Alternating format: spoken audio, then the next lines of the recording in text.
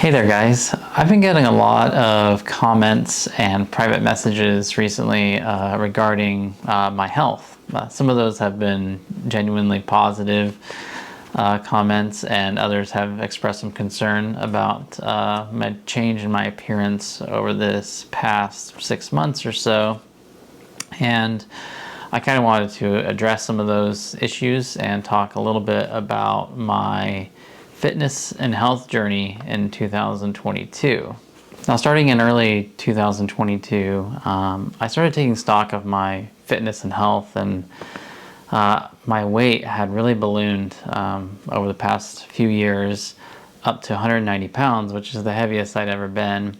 And I just felt terrible, and I didn't like what I saw when I looked at myself in the mirror or on camera, which is something I have to do a lot of. And I decided to make a change in my life, and that was to recover my health in two ways. First, by reducing my weight, so substantial weight loss, and also restoring my endurance and physical strength through exercise. And this was a really challenging thing for me, something that, periodically in my life I'd gained weight, but I was always really easily able to get rid of that weight. And now I just turned 40 this year. Those things don't come so easily, but it's even more important as I hit that critical statistical midpoint of my life to really reflect on what I want to get out of my life in terms of health and fitness and longevity. And that, as well as certain individuals, inspired me to take on this challenge. So this video is going to be about my weight loss journey, my fitness journey, what tools I used to get there, how I struggled, some of the unanticipated consequences of this journey, both positive and negative, and how I plan to continue this journey now that I've met my goals. Okay, so let's just start with the numbers. Like I said, I was 190 pounds. And right now, in mid-December, I'm right around 151, 152, kind of hovering in there. So that is about a 20% total loss in body mass, which is fairly significant. It's brought my BMI well into the healthy range when it was in the upper part of the overweight to near obese range prior to undertaking this quest. Now, there are several reasons why I chose to undertake this. First and foremost was a commitment to my wife, who has been struggling with her own health challenges with her stage 4 endometriosis, which she did recently have surgery for and is starting to make recoveries in, which is good news. But I needed to be strong and healthy and fit for her. It's really challenging when you have two people who are not healthy trying to take care of each other. So I just felt like I needed to really man up and get fit, get healthy, and be strong for her. Secondly is my family's got a long history of cardiovascular diseases, respiratory diseases, which asthma is something I've struggled with since I was a child. And I still struggle with it today, especially with our wildfires that we've been having frequently these past few summers. It's just something that I've always had to deal with. So I know it's something I'm going to be dealing with for a long time. So increasing my respiratory and cardiovascular health was a priority for me. And lastly, these past few years with COVID, and it just seems like a lot of other factors, I've lost a lot of friends, family, and associates that I've worked with to death, and it's really challenging to confront, and our mortality, and it just made me think that I better take care of myself so I can be around to enjoy my time on this planet. And as a lot of you know, I am a scientist. That is my profession by training, and I didn't really want to take on any sort of like fad type diets or diets that weren't sustainable. I wanted a lifestyle change that I could maintain in perpetuity. So that included a diverse diet. I didn't want to switch to a high protein keto style diet, or go all vegetarian. I hunt, fish. I have a freezer full of lean, delicious meat, fish, venison, and poultry that I raised in my own backyard. And we also have a very productive garden that my wife invests a ton of time in, and we get well over 800 to 1,000 pounds of vegetables and leafy greens out of that every year. And to me, it would just be a waste to not utilize that. So I really wanted a balanced approach in terms of diet. So that was really critical to me. And I also wanted to incorporate a level of endurance and strength training that was sustainable, didn't require gym memberships and things like that, because I live in a very rural area where we have limited resources to things like that. And so I really wanted to create a lifestyle that I could do anywhere and maintain anywhere, no matter where I ended up living. And as part of this, I ended up getting really interested in some of the work of the late Dr. James Fries, or Fries, I'm not sure how to pronounce that. And he was a rheumatologist who studied longevity in people and their health span. In fact, he coined the term health span. So his whole model, which he calls the compression of morbidity, is the whole idea that in modern medicine, our lifespans have gotten longer and longer, although recently they've shortened up because of the pandemic. But it's remarkable how much longer people are living, even when those people are burdened with diseases, obesity, cancer, emphysema, and things like that. We're able to extend their lifespans by quite a bit into their 70s and 80s, but their health spans are not the same. And so what he wants to separate is this whole idea of compression of morbidity. Basically what we're trying to do is to maintain our ability to do all the things that we've always been able to do later into life, closer to our death. That is the compression of morbidity. Now in the United States especially, we struggle a lot with morbidity, things like obesity, cardiovascular diseases, and stroke, and things of those nature, because of our poor diets and lack of exercise, and smoking as well, although that's been on decline. So if I were to graph out my health span, you would see that for much of my life I've been relatively healthy. In 2018 I had a near-death encounter with influenza, which then was followed up by pneumonia, which infected both of my lungs, and then I went septic, which landed me in the hospital for a long time, and the full recovery took about 6 months before I felt like I got my full strength back and full lung capacity back. And so, where I'm at here at age 40 is where am I going to end up on this trajectory. So the question now is what do I need to do to maintain that level of health span deeper into my lifespan, and avoid those morbidities that could potentially pull down my health span, things like heart attack, stroke, and diabetes, which a lot of my siblings have struggled with adult onset diabetes. So let's get into the nuts and bolts and how I did this. So in the beginning, I thought I could do this the easy way, and that is starting around April, I started just cutting back on alcohol, because I do enjoy a good drink. And so I started just reducing the amount of alcohol I consumed. I didn't cut it out entirely. Like I said, I want this to be sustainable. Still want to be able to have a beer with friends, or a nice glass of wine, or a shot of sake when I'm having sushi. I want to make this something that doesn't completely upend my current lifestyle. So I reduced the amount of alcohol I was taking in. I started working towards the ability to run continuously for 3 miles. Now in the beginning, there was a lot of running short distances, and then walking much longer distances. because I just didn't have it in me. I didn't have the lung capacity. I didn't have the endurance to maintain those 3 miles. And it took me a long time, a lot longer than I thought it would take, to get to the point where I could run a sustained 3 miles. I was shooting for a 7.5 to 8 minute mile, so I'm not, not going to win the Olympics or anything. I just wanted to have a fairly decent pace.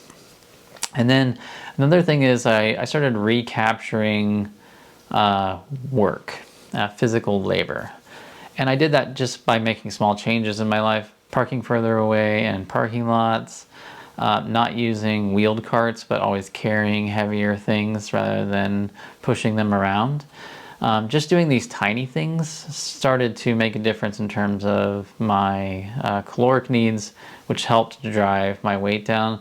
I also got rid of my motorized kayak. Now that kind of seems extreme, but for somebody who spends as many days on the water in their kayak, this was a really easy decision for me in terms of my physical fitness, was to get rid of that motorized kayak, because it forced me into my pedal drive kayaks, made me more physically active, and those long days on the water really did add up.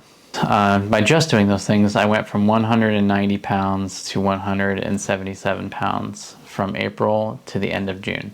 So at 177, towards the end of that period, towards the end of June, that curve on the weight loss was starting to shallow out, and so I knew that I was going to have to step up my game. And I really started digging into what are some of the ways that I could more quickly lose weight, but in a sustainable way. And the first thing I realized I had to do is I had to start counting calories. It's just way too easy to overeat, and I love to eat food. I mean, like, food is like one of the greatest things for me. And so I used an app called Lose It. There are many different apps out there, but the Lose It app I felt was best for me. It allowed me to track my calorie consumption very easily, because they have such a huge database of everything that's in there, but they also allow you to custom enter your own recipes. And because I'm somebody who comes up with his own recipes a lot, cooking with wild game, you can enter the quantities of the recipes and all your ingredients, and then divvy it up by the number of servings, and it'll tell you the amount of calories, and it puts in all your macros too, so your fats, carbohydrates, and your protein. And so I started really dialing in exactly what I wanted. And ultimately what I realized I needed to do was to eliminate about 3,500 calories from my diet per week. 3,500 calories per week results in 1 pound of fat loss. And this is the reason why that if you start looking into literature on diets and weight loss, is everybody will say that the best way to lose weight is through dieting, not through exercise. And they are absolutely correct, because it is far easier to cut calories than it is to run off a pound of fat. So just to put this in perspective, I run about 5 miles every day now, and on that 5 mile run, which takes me about 40 to 35 minutes, I burn about 500 calories. So just that, doing that 7 days a week results in 1 pound. Whereas, if I don't eat 3,500 calories, I lose 1 pound. And it's pretty easy to cut 3,500 calories from your diet. You can simply just not have that burger and fries, and you will get most of the way there, because that's like a 2,000, 2,500 calorie meal in itself. So just by cutting back on a single meal can really change your outcomes in terms of weight loss.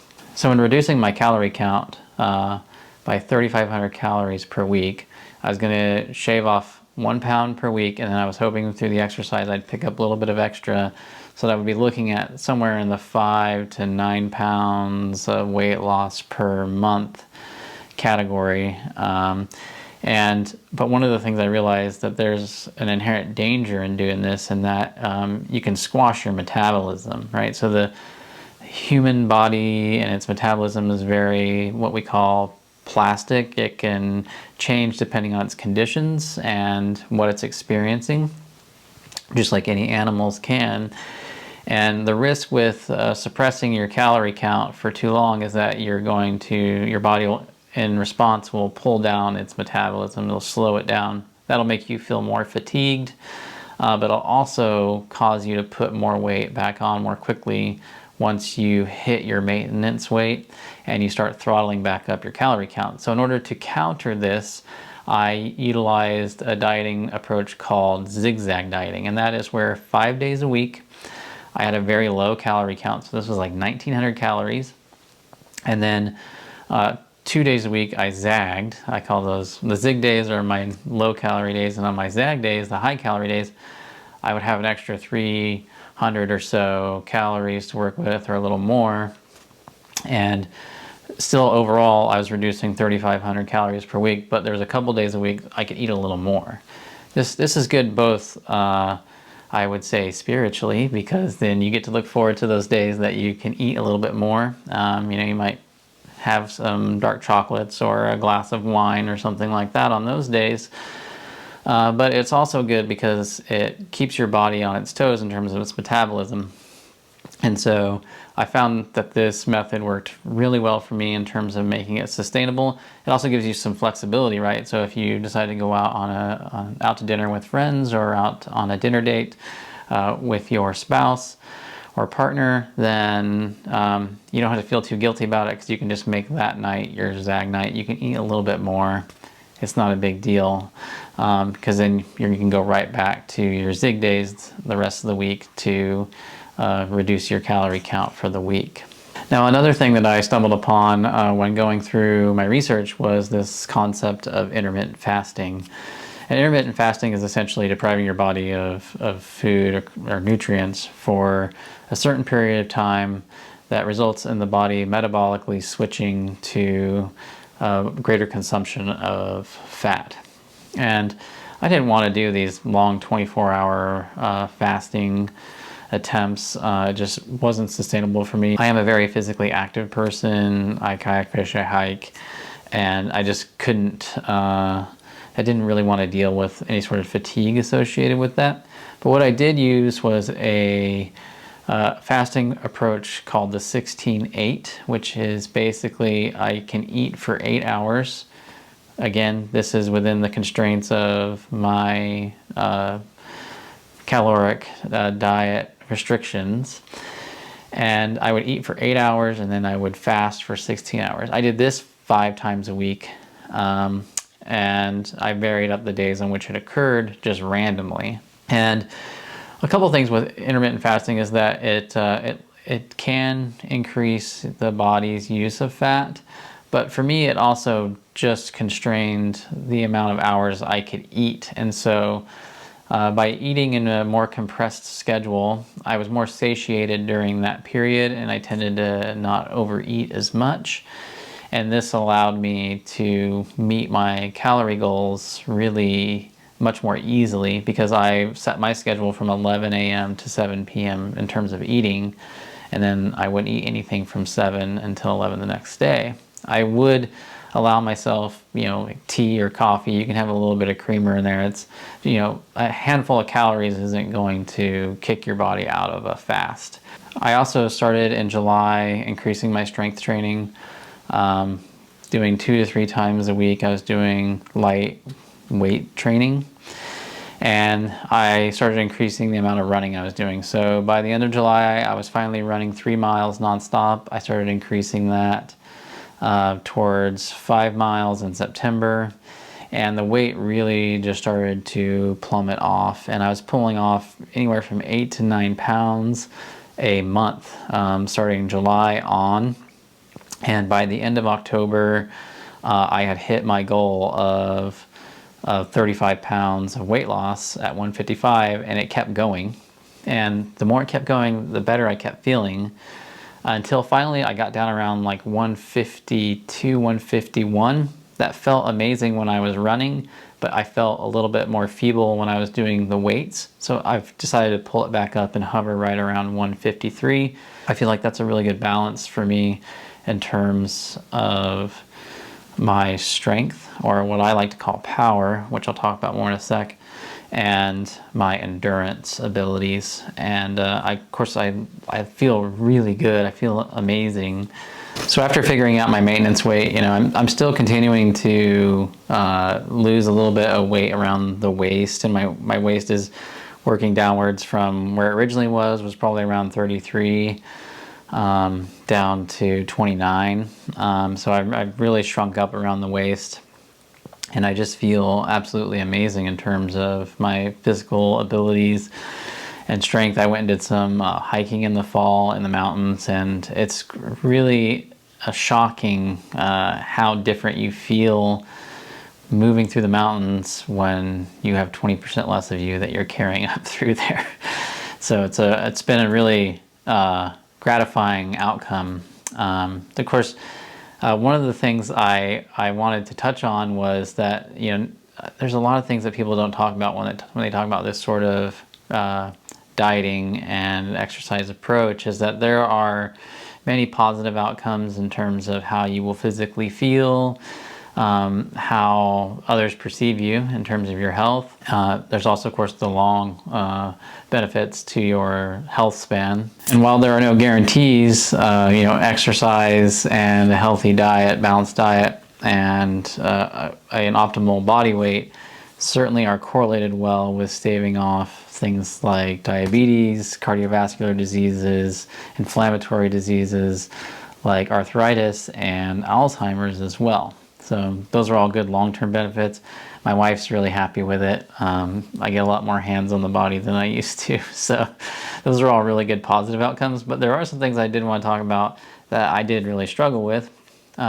First, the physical things is insomnia. When you deprive your body of calories, which is what you have to do in order to lose weight, especially on the higher deficit days, whereas a zig day and a fasting day, I often struggled with insomnia. So it was really hard to get to sleep. One of the ways I got over that was to really hydrate well. Your body has to drop its temperature as it enters deep sleep, and if you aren't well hydrated, it can struggle with that a little bit. And being well hydrated before I went to bed helped to stave that off, and the insomnia a little bit helped me get to sleep a little bit faster and stay asleep. But it is something that many people deal with. Another thing, this is especially true, I guess, for men, because that's the only perspective I can speak from, but it will absolutely squash your libido. Like, you are totally disinterested in any kind of romance because, again, your body is in this sort of like survival mode. It's more focused on just maintaining the energy it needs to keep you alive, and so your interest in sex will decline pretty dramatically. This ain't true for everybody, but I know it's true for a lot of people. I've made slight references into it in some of my other social media posts, and several people have reached out about that. And it's not something that's really widely talked about online or in a lot of the diet books and things like that, but it will squash. The good news is it comes right back as soon as you start ramping back up your caloric counts, so don't worry about that. And a third thing that actually really caught me off guard, and this is not a physical effect or a mental effect, but is there will be a number of people who, when you start talking about what you're doing in terms of dieting or in terms of exercise, who will try to give you advice. Some of it is good. Most of it is actually bad because it comes from their own perspectives. And unless you really trust that person, I would be cautious because you need to design a health plan that fits your lifestyle, and a lot of people will try and shove theirs on you. And a lot of people will even try to discourage you from doing the things that you're finding successful. I found a lot of people were very anti-running, or very much like saying, you're going to destroy your knees, you're going to destroy your feet, all of which science has shown to be utter nonsense. Even people will say, you don't have to do exercises to be healthy, you can just eat right. That's true to a point, but it's not true for everything. There's a lot of benefits from exercise that really you can't get from just dieting. And I'll talk about more of those in just a sec. So here we are now, it's mid-December. I've been maintaining a relatively constant weight, right around that 152, 153 mark for 2 months now. I am doing that by still doing a lot of the things I did before. That is, I am still calorie counting because it's so easy to overeat, especially in this country because our serving sizes are just ridiculous. So I still calorie count. I still record all my stuff in my app. It's annoying and takes up time, but it's just something I do to make sure I'm not going off the rails in terms of my diet. I'm also still utilizing the zigzag method, but here's the thing. Once I hit that maintenance diet, I was almost afraid to go back onto my high calorie diet. So I was like, well, once I do this, I'm just gonna start gaining tons of weight back, right? Like the app can actually, once you meet your weight goals, you can program your weight goals into this app. Then once you hit your weight goals, it will readjust your calorie needs based on your age and activity, and you can input your exercise and things like that, and it will adjust how much calories you should eat accordingly, and it does a remarkably good job. So on those days that I run 5 or 6 miles, which I'm now doing about 6 days a week, that's an extra 500 calories I get to eat a day, and it tacks those on there for me. And it's amazing, I'm just not gaining the weight. And like I said, I'm still actually, my body shape is still changing as I'm now starting to increase muscle mass. This is one of the things I kind of wanted to do while I was losing weight, was to maybe tone up a little bit, put on a little more muscle mass. But, once I started trying to figure out how to get enough protein, but still keep my calorie count low, it just got too complicated. And he was like, you know what, I'm just gonna focus on that weight loss first. And then once I get down to that body weight that I want, then I'm gonna start focusing on those things, the macros that everybody calls them. That's carbohydrates, protein, and fats. And then I can start building that muscle mass. And I think I am finally starting to see that shift after about a month and a half, 2 months on the higher calorie diet. For my macros, I just go very simple. I'm going about 50% of my calories should come from carbohydrates. The other 50% I'm going to split between fats and proteins. I try to keep that fairly balanced, 25, 25, 30, 20, something like that. So for a male my size, my age, I'm looking hopefully to hit about 120 grams of protein a day, which really isn't that hard. If you eat a little bit of venison, some fish, or some cottage cheese or yogurt or things like that, you'll hit those numbers pretty quickly. In terms of my long-term fitness goals, running's just become such a critical part to me of my life. It's not something that I really deeply enjoy, ironically. To me, it's just something I need to do, like putting on my seatbelt when I get in the car. I need to get up in the morning, or when I get home from fishing in the afternoon and filming, I need to go out for my run. And it's just something that I make myself do even when I don't want to do it. So I've read many, many different studies on the impacts of running, and it doesn't matter whether these are like unhealthy people or extreme athletes.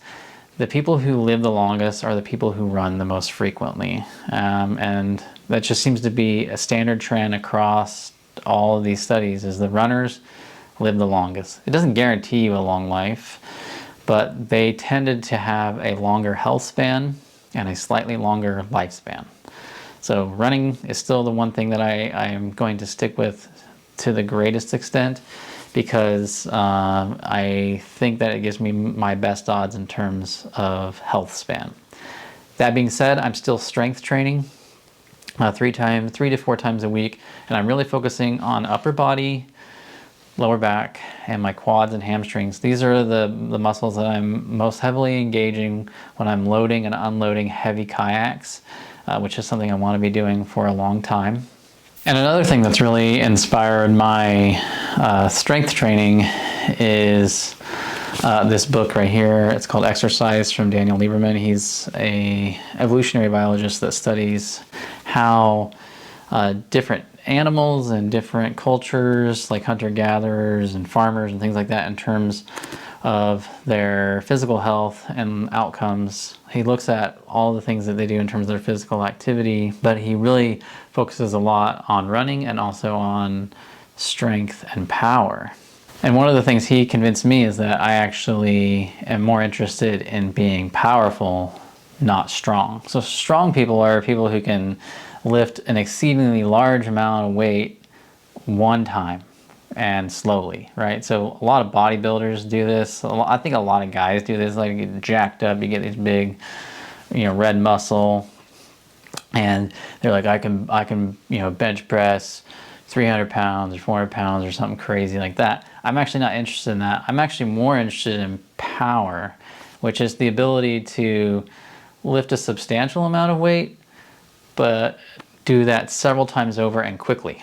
That to me is something more useful in my everyday life. So I tend to focus on middle weights. I'm not pushing my weight limits way up there, and I'm just doing them over and over more quickly and building that slow twitch muscle, which gives me that ability to do it over and over again through endurance. In the same way that running increases my slow twitch muscles in my legs, it gives me the ability to run for a long time and not fatigue, which will be very useful in a pedal kayak, which is where I spend most of my time fishing. That being said, I'm still intermixing in some things like high intensity interval training, especially when I'm really pressed for time, because you can get a lot of cardio benefit and calorie burn in a very short duration of time. 15 minutes, you can burn like 200-300 calories really fast. So if you're somebody who's really pressed for time, you should look into HIIT interval training. It's very good. It works really well, and everything I've seen on it looks really promising in terms of improving your health. And so now that I've been at my maintenance for 2 months, my sleep's back, my libido's back.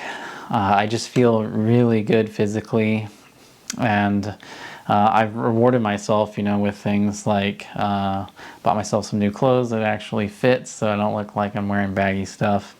I promised myself if I hit my goals, I would get into cross-country bike riding again, and so I bought myself a bike and gonna take some trips overseas this next year. Sidra meets her physical recovery goals as we get her cleared for physical therapy, and she starts to recover her strength too. I'm really excited what the future holds for the both of us.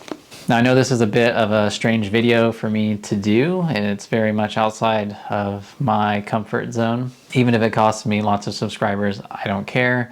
Ultimately, I know the best way to catch more fish is to live a longer and healthier life, and hopefully this video inspires somebody to do just that. All right, guys, I'll put links to some of my favorite books that helped guide me along the way in this process, as well as to some of the apps and such that I'm using. I'm by no means an expert, but I am definitely here for you if you need advice, or if you run into things that are challenges, or you're looking for ideas. Just reach out to me in the comment section below. If you're not comfortable doing that, I'll also put a link to my email in the description below too, so you can just shoot me an email. All right, guys, I'll see you next time. Just remember, fish smarter and run harder.